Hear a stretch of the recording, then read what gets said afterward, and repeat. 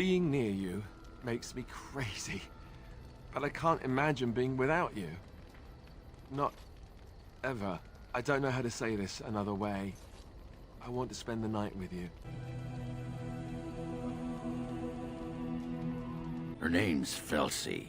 Thought maybe I'd track her down, see how she's been living. When I woke, I was no longer among my brothers, and my sword was gone from my hand.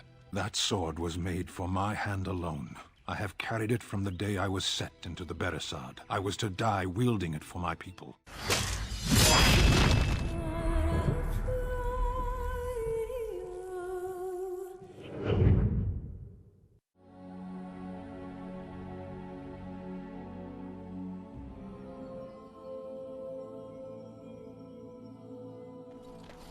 Dwarf.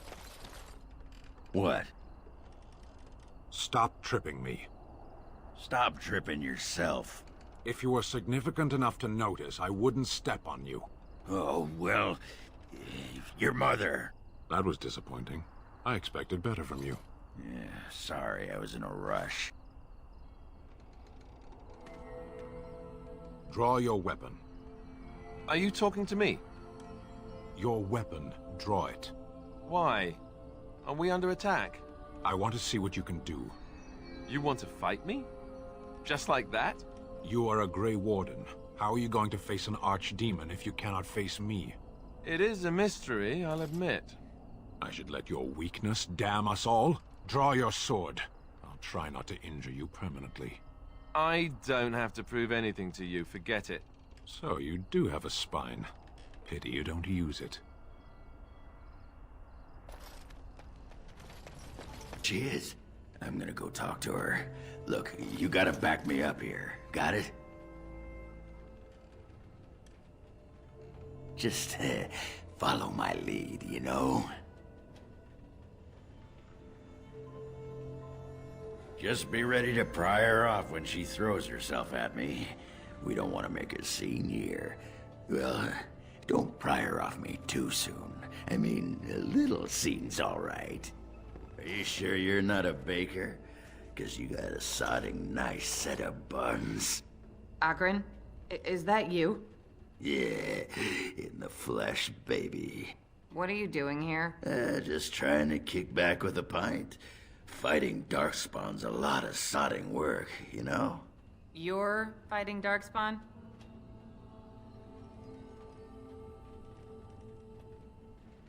It was a bit of pain, but it was a personal favor for the King of Orzammar, you understand? The whole surface to choose from, and you just happened to come to my tavern? Well, What? Oh, right. It's fate, Felsi. What can I say?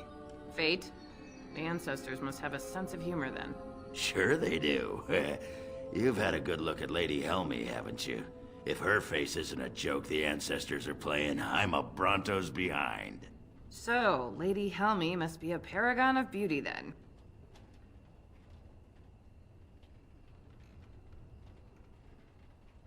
I've been thinking about you, Felsi. What do you want, Ogren? Nothing. Just thought I'd see how you were doing is all. Well, maybe that and grease up the Bronto, if you know what I mean. Well, you've seen me. You'll have to go back to Orzammar for the Bronto.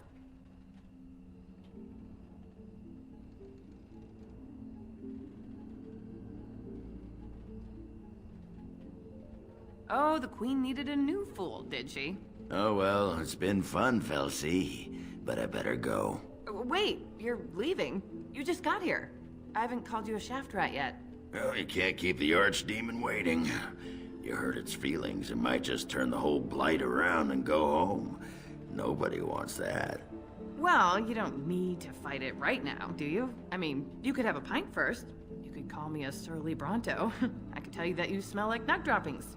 I'll tell you what, I got some things I gotta do, but I'll come back for that pint when things are settled, you frigid deep stalker. Fine, but you better not keep me waiting, you worthless copper-plated swordcast. Wouldn't dream of it. I still got it.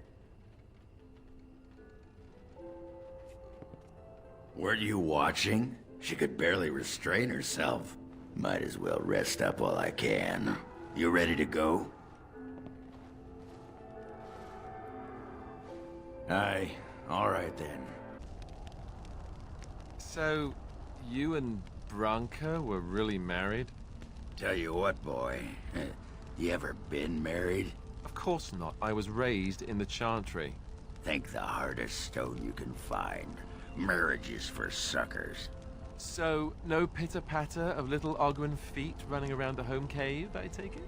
All I ever got out of that moss liquor was a headache, a deaf ear, a scratched up back, and that rash it took 3 different ointments to get rid of. Wow. She gave up on you, did she? And here you are, a keeper, too. Don't you ever talk? You know, make polite conversation just to put people at ease? You mean that I should remark upon the weather before I cut off a man's head? Never mind.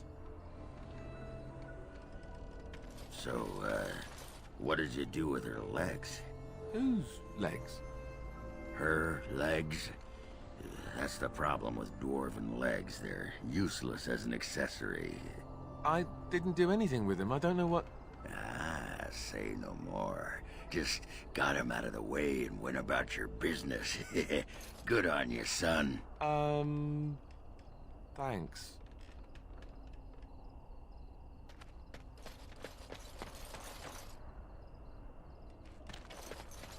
Back off! I was here first. Why, you looking to buy one? Oh, is he? Well, that's... see, I'd like to sell you one, but I don't, have any myself. I got part of a glove the wolves didn't chew too badly, though. I think it was a glove, anyway. I know, don't say it. I got cheated. I knew the guy who was here before me. He sold me this spot. Said he found giants and all kind of crazy valuables. He didn't mention that he'd taken everything but the bones and the dirt already. His name's Ferrin. Squirrely little bastard, if you ask me. Which you didn't, but I said it anyway. He was going to Orzammar, he said. I imagine he's gotten there by now. If you find him, tell him I sent you. It'll scare the piss out of him. Ha!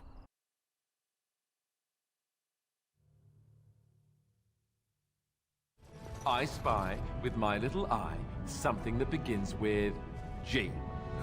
Is it a Grey Warden? Is it in fact you? Ooh, you're really good at this.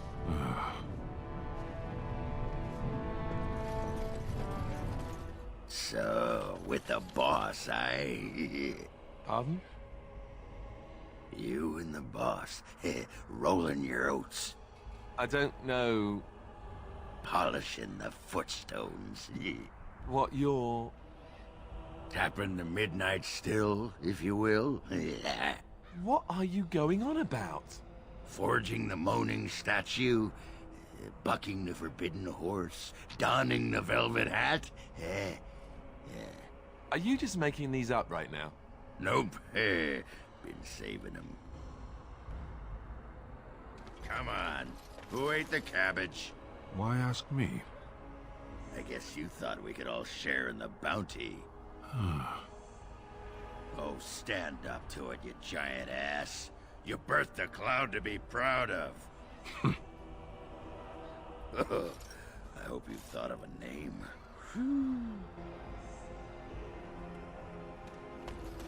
So, you're back, I see. What can I do for you? Can what? I'm sorry, I don't know what that... Where is my sword? I don't know what you mean, sir. I don't have it, I swear by Andraste's knickers. I sold it on the way here. A dwarf near Redcliffe, Dwyn, I think his name was. I'm not, I promise you. We'll see. A game you were playing in camp, what was that? Diamondback. You never played Diamondback, have you? That's Diamondback? I've heard of it. I thought it was a card game played by dwarven... Go on, say it. Prostitutes. It's not true, of course. It's not? Of course not. A noble hunter never charges money. Not if she wants to see him again, that is. Never saw one turn down a gift, though. What does that have to do with card games?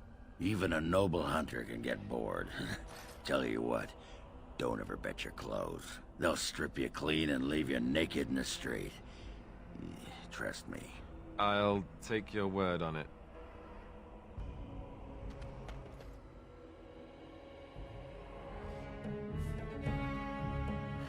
Yep, a lot of tension around here. You think so? Do you? Know what I do to relieve tension? I hesitate to wonder. Polish the old weapon. Really? Yep, give it a good shine with a dry rag. Then, a little grease. That's disgusting. You're telling me you never gave your blade the old spit shine? I think that's private. Really? Sonic chantry and its rules. I like to do it right out in the open. Where people can see you. Yep. Wait, what are you talking about? What are you talking about? Never mind.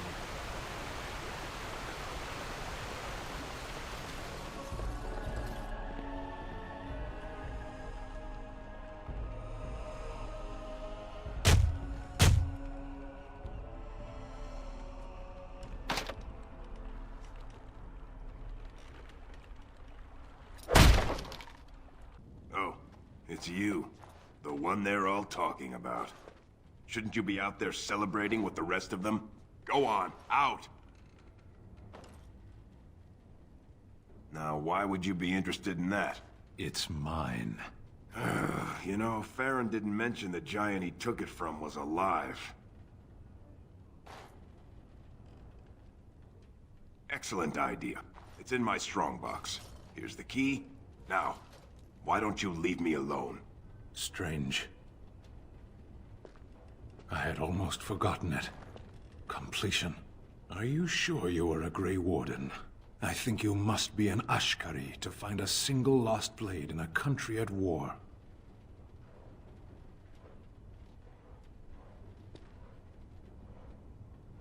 I would thank you for this, if I knew how. And I could deliver a much more satisfying answer to the Arishok's question if the Blight were ended. Don't you agree? I am one of the Beresad. I have never abandoned the field with a battle unmet. Yes, it isn't every Grey Warden who has her own Beresad. I will see you reach the Archdemon. Lead the way. You called. I am hardly surprised. To put it lightly, no one has a place here.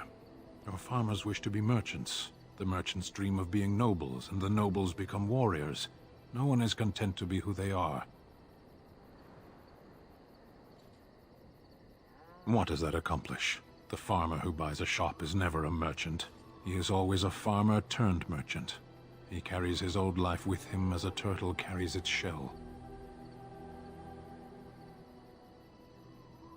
Meant by whom? And if that were indeed his purpose, why did that mysterious source of meaning not make him so to begin with? Destiny? Destiny is superstitious nonsense. Life is not a journey that ends with you arriving or not arriving at the proper destination. Life is what you do. Life is the duties you fulfill. You can learn to find it in doing your duty, in serving your people. There is no need to search for it. Shall we move on? There is interesting food here. You have a thing.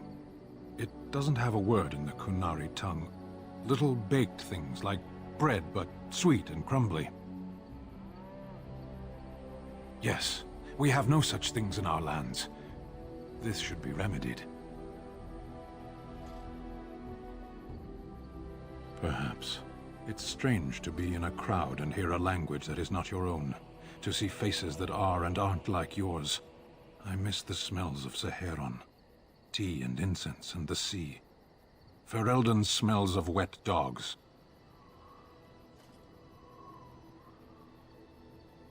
Skunks don't mind the smell of other skunks either. Shall we move on? Speak, then. Clearly your chantry agrees. My people have a tale. An Ashkari walked among the fields once, observing the laborers at work.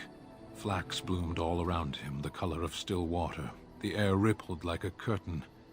As he stopped to examine a blossom, a bee stung him on the hand. The Ashkari turned to a laborer for aid and noticed for the first time the heavy gloves and coat she wore. As she tended to him, the Ashkari asked them why she was dressed so in such stifling heat. "To avoid your fate," she replied. "But there are many thousands of bees here," the Ashkari said to her, "and only one stung me. Surely your caution is unwarranted." "The stinger is always a surprise," agreed the laborer. "But so is the bee that simply passes one by."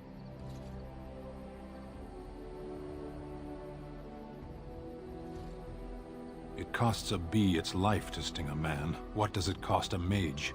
We should not linger here.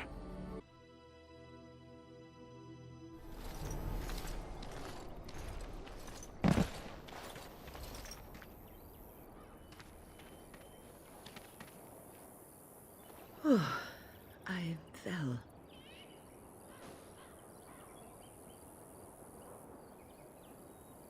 For a moment there, I thought it was all over. Everything. I will explain everything when we are back at camp. Now is not the time. You'll have to forgive me if I seem a bit nervous. Not many people travelling in this part of Ferelden. Of course, that's part of my problem, isn't it? Mule got spooked by a wisp and ran off into the woods. Now what do I do?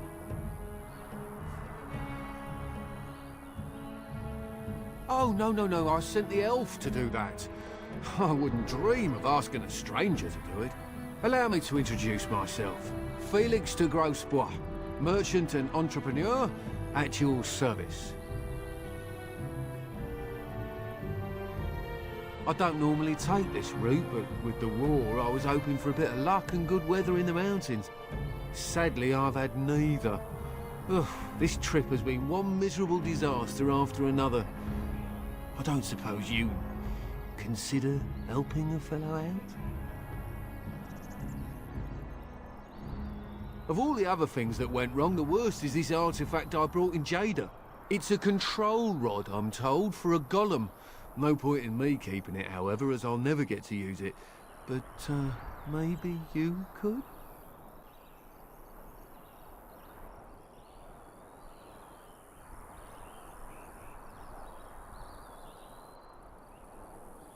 Nothing.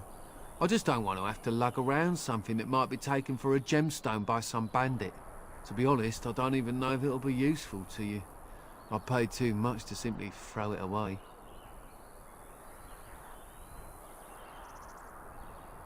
The dwarf I brought it from said it activates and controls a golem. So long as you have it in your hand, the golem does what you say. Might be useful, no? I mean, you look like the sort who could use one, yes? The catch? Yeah, I suppose it is a catch, isn't it? The catch is that the golem didn't come with the rod. It's supposed to be down in a village down south, waiting to be activated. Even if I could get down there, which I can't, I understand the place has been overrun by darkspawn. That's not such an issue for adventurous types like yourself, surely? Or I'm hoping that's so, at least.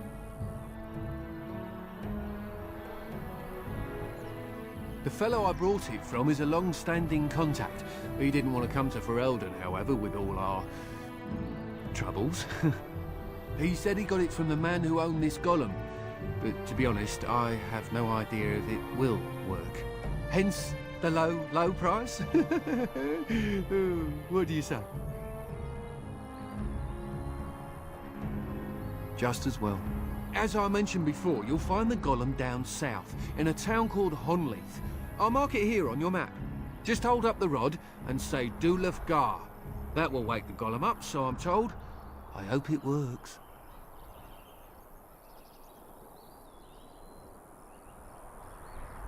Maybe you could look up the fellow who owned the golem before. If he's still about, that is. Best of luck to you then. Now, I guess it's up to me to find that mule myself. I think I owe you an explanation for what happened earlier. You should know that something happened to me at the tower before you came along. Remember my apprentice, Petra? She encountered a demon in the tower. It would have killed her had I not intervened. I saved her life that day, but I did not survive that encounter with the demon. Let me explain fully. I engaged a very powerful demon to rescue Petra. It sapped me of all my energy and will and left me drained. It took everything I had to defeat it. And when I was done, I no longer had the strength to keep my heart beating. I remember my life ebbing away. Everything receded from me. Sound, light. I remember being enveloped in complete, impenetrable darkness. And then I sensed a presence enfolding me and cradling me, whispering quietly to me. The sensation is impossible to describe. I was being held back, firmly but gently, as a mother would a child, eager to slip from her grasp. I felt life and warmth flowing through my veins again. I began to be aware of small sounds and the discomfort of my hip pressing into the cold stone of the tower floor.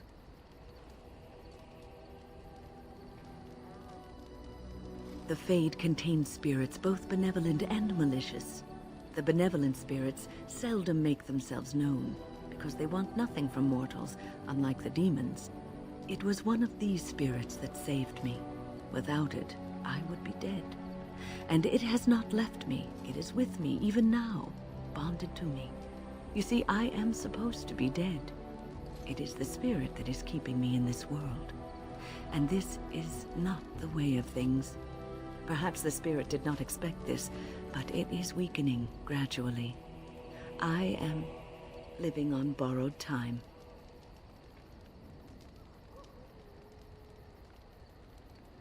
I do not know.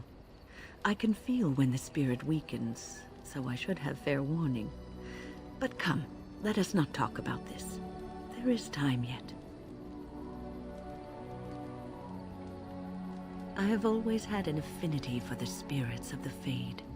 As a child, I never feared my dreams because I knew they were there. I've always been able to feel the spirits, even if I never saw them. And as I nurtured my talent in the circle, I became more sensitive. I began to notice every time I was in the Fade, whether it was in a dream or in magical practice, that I was being watched. I suppose they must. It is these benevolent spirits that create our dream worlds in the Fade. Sometimes I would see it, a glowing, nebulous form. Most times I would just feel its presence, gentle and comforting, but somehow alien. I think it is a spirit of faith. They have never been seen before, and perhaps I am wrong. But something tells me I'm not. It always felt like the same entity. This one spirit was curious about me, and was guarding me, for want of a better word. There were times when I was in the Fade that it seemed to stretch forth to shield me, keeping me safe. And I think it gave me strength in my most terrible battles, Ostagar being one of them.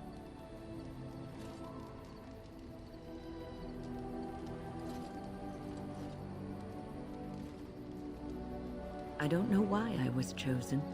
Perhaps it knew that there was something more that lay in store for me. I like to think that I was given a rare chance, and I'm going to make the best of the time so generously given to me.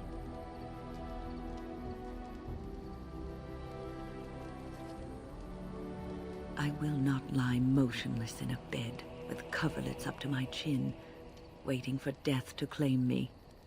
That is not the death for me. And so I will fight alongside the Grey Warden, and help prepare her for the task that is yet before her. So you had better listen to me, because I swear, if I should fall before the end and you don't seem to be doing things properly, I'll get up again to give you a good finger-wagging. You know, I think you'll be all right, even without my help.